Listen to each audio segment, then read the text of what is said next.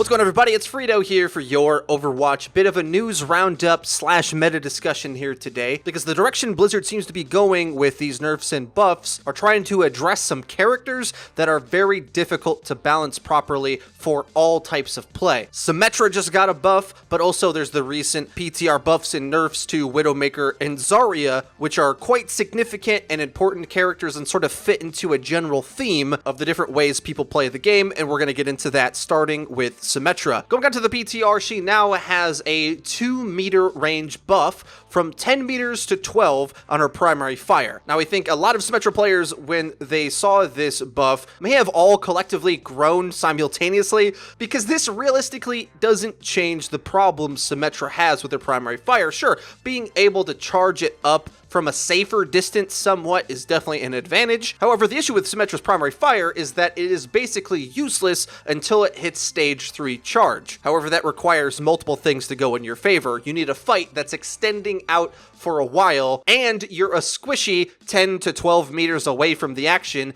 and somehow you don't get pounced. It's quite a difficult thing to set up. When it does work, it's the best damage source in the game, but most of the time it doesn't, and you're going to be better off with her alternate fire, orb spam. But the way that I at least could envision this being okay is that Symmetra brings other things to the table that are incredibly powerful. I mean, being able to teleport bounce a bastion is quite a significant feat, and the plays that you can pull off with teleporter are unlike many others. Let me show you this one, for example, for a laugh. Me playing Pharah here, I had no idea why we ended up losing this team fight, and I thought naturally, when one Reinhardt is pinning towards the enemy team's formation, it must be my Reinhardt, right? Wrong. What happened was the enemy Symmetra teleported the Reinhardt behind my Rein, and he pinned him from behind. This might not be the most practical play that you can replicate, but it kind of goes to show you the amount of power that the teleporter can have, potentially. But there's a huge problem with this, because I think the most effective thing that you can teleport is either a bastion or a torb turret. The only problem is there already isn't a gap in the hero pool in order to have high damage characters get onto the high ground.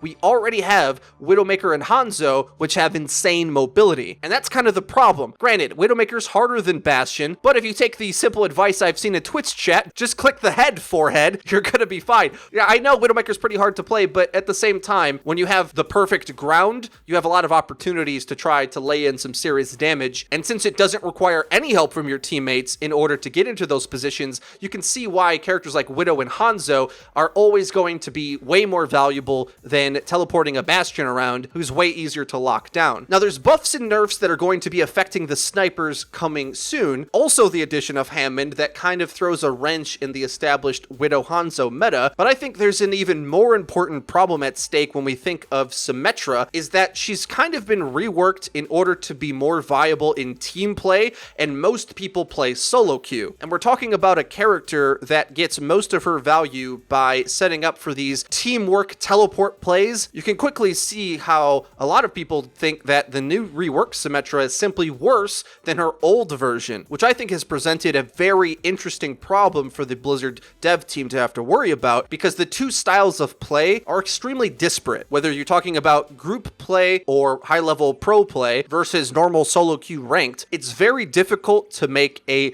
strategy-based character that requires teamwork to work in both contexts, because the old Symmetra was in fact quite good in solo queue, but really, really bad in group play. Because in group play, the entire team is going to be cooperating, which means as soon as they see a weakness, they're very likely to swap to the natural counters. With the old Symmetra, a team would not let her get away with spamming orbs relentlessly into a ground-based composition. They would just swap to Pharmacy Winston, destroy her turrets, bypass the areas she wants to fight, and Symmetra got really hardcore countered to the point where no pro team even tried to run her once in the Overwatch League. But I have a little bit of a counter argument to that, because with a character like Symmetra that is so different, you have to think up new ways to make her viable. A streamer that I've been watching for quite some time named Brandito, who I may have been studying for many months to make a very big Doomfist guide that should be coming out soon, he teams up in what he calls a meme stack, the meme dream team, with a Torb Sim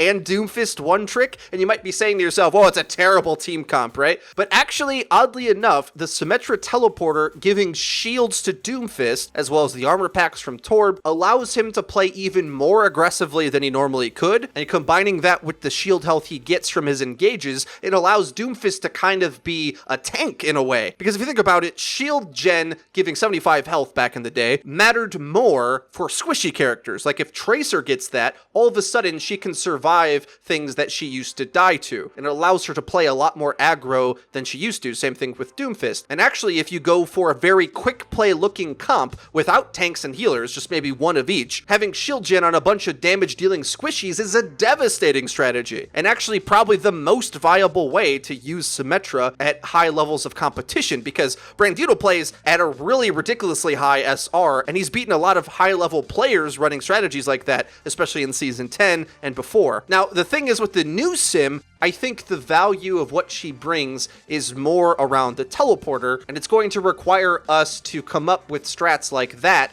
seem very lopsided in nature, but do a similar thing. Something that Seagull said on his stream reviewing Symmetra after he one-tricked her was that she probably would have to still take a support slot, and you'd want a single heal with her. I tend to agree with that, and I think the real kicker is to definitely play her with Orisa, because she can bounce the Orisa bunker wherever you want. Perhaps even with an Orisa Reinhardt double main shield, because it allows you to have a main shield presence in 2 different locations, which I think could be devastating, especially since you can move the Bastion tactically in the middle of the fight. But also you have to remember Torb is getting a big rework as well. With the Torb rework, we're talking about throwing a turret that eventually builds itself. So that means Torb can set it and forget it, have the Torb turret cooking like rice-a-roni, and Symmetra can special deliver it for him to set it up on high ground or alternate angles. That might actually be a thing. So it's hard to really say with Symmetra. I think the early data of playing her in solo queue should indicate that she's weaker, because her application hasn't been built for solo queue at all. Her entire kit requires teamwork to work, so we'll have to see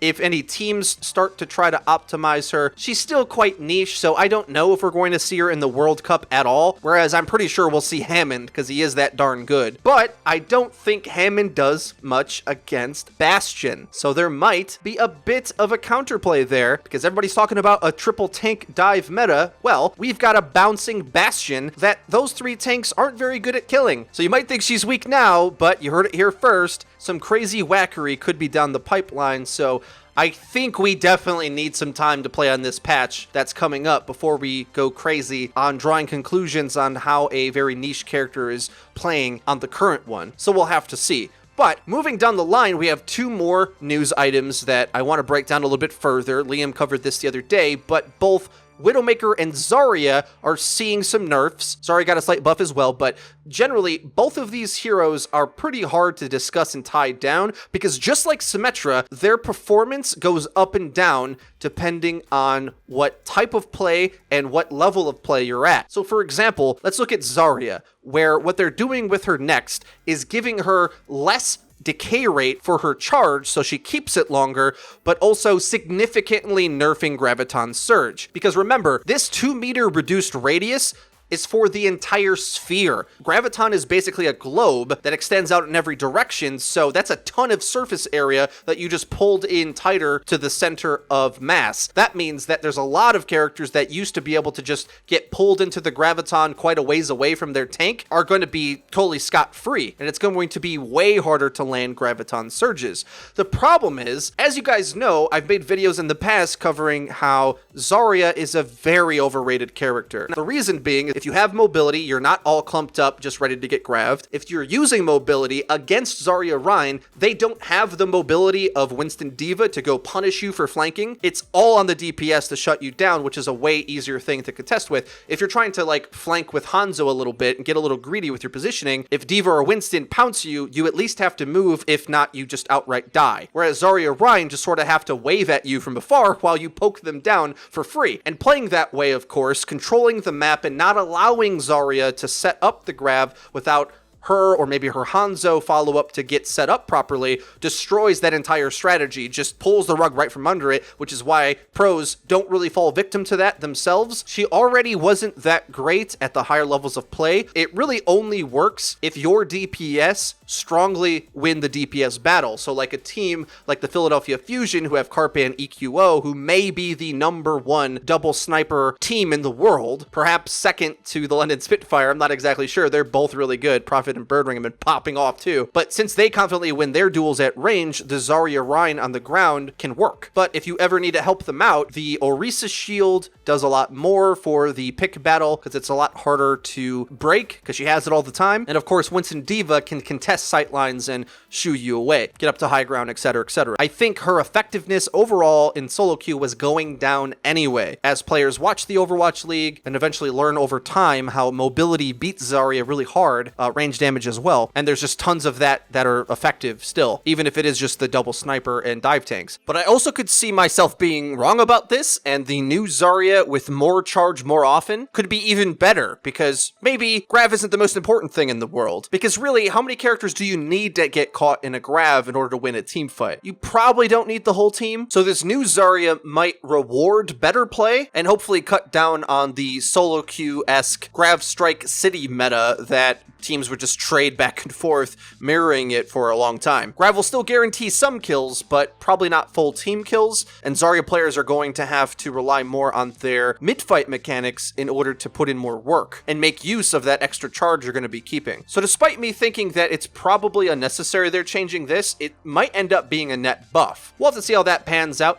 Moving on to the Widowmaker discussion, Widow is also getting a nerf, and I think it's really odd that Blizzard is deciding to nerf characters that are getting nerfed by the context of the meta anyway. So what they're doing is they're increasing Widow's grappling hook cooldown from 8 seconds to 10. Which on paper seems reasonable. Widow is the strongest DPS in the game, bar none. As I explained earlier in the video, she has tons of mobility to get her angles. If she hits her shots, she carries the entire game. So definitely the highest peak of any character that exists is in Widow right now. But my problem is, we're introducing characters like Hammond into the game with this coming patch. And I think Hammond utterly destroys Widowmaker in a way that we've never seen a character do it. It might not be as severe as Brigitte versus Tracer, but it's quite similar in that way where, for whatever reason, they nerfed Pulse Bomb as they put Brigitte into the game. Hammond isn't as good in comparison in that matchup as Brigitte versus Tracer, but it's quite similar in the way that we have a character that doesn't have a head hitbox as it flies at you, and you're just totally getting pounced on without being able to stop it realistically. Hi, Widow. I hope you brought some crowd control buddies, because those cute little flank angles you used to go all over the place now is just going to get punished. On top of the fact that we're seeing a lot of range buffs anyway, so there's already going to be competition for Widow, there's better counters for Widow. I don't know if we necessarily needed to worry about the Widow grapple being incredibly strong, which it definitely is, until we start to play with this patch and see the balance of things when it comes out. Oddly enough, a lot of people have always complained that Blizzard doesn't patch things fast enough, but I'd rather they adjust things as it comes out, because we're in a really weird place now where they're changing so much so quickly that it's hard for anybody realistically to know the effects of all these things as they compound. Because for example, in the Overwatch League right now, things have shifted so much. If you haven't been watching it, you might not know how outrageous the new patch is. Because what pro teams do is play single support, Mercy, all the time, just about. Very little Zenyatta, who was once deemed the best support in the game, but the problem is, when the enemy is running 2 snipers, a character like Zenyatta doesn't really help in that battle, because he's, one, vulnerable to getting sniped himself. Yeah, he could possibly throw an orb volley back, but generally that's not what he's best at. He's best at casting Discord and having a mobility character go clean it up, or burning down tanks with the damage amp. And of course his ultimate's really strong too. But if you remember, recently I've been saying that healing is not what's really important in the meta. Damage amp is, and even more importantly now, damage amp and just picks. So you have your Mercy res picks or help get picks, and the majority of the rest of the team just plays around a bunker. If you're playing Orisa bunker, your tanks aren't really trying to take damage, you're just holding ground, waiting for picks to happen, jockeying for position, trying to get halts and hooks maybe, but mostly just playing around your snipers. And one of the best ways to deal with that is, instead of having a Zenyatta, is swapping that player out to play the Roadhog or a a tracer to go manipulate sight lines and flank. We're in a really weird meta right now. And then on the other end of this Widowmaker problem is that most people aren't pros. I know that, you know that, so nerfing a character like Widowmaker, who's dominating a little bit too much at the highest levels of play, doesn't really make sense for the entire player base, because not all of us are Carpe. Just because Carpe can grapple shot every 8 seconds and get a kill doesn't mean any of the rest of us can. All of these characters are kind of wrapped up in this same problem. The game of Overwatch has multiple metas, whether you're playing solo or in a team or at the highest levels of play in a team. All of these characters, Zarya, Symmetra, and Widow, all perform to different degrees, making for balancing these characters really, really hard. So when it comes down to it, I think our goal should be to make solo queue as fun as it can be, but balance the game overall for the team game, because that's where Overwatch is going in the long haul. What do you guys think about all this? Let me know your thoughts in the comment section down below. If you enjoyed the video, please be sure to leave it a like.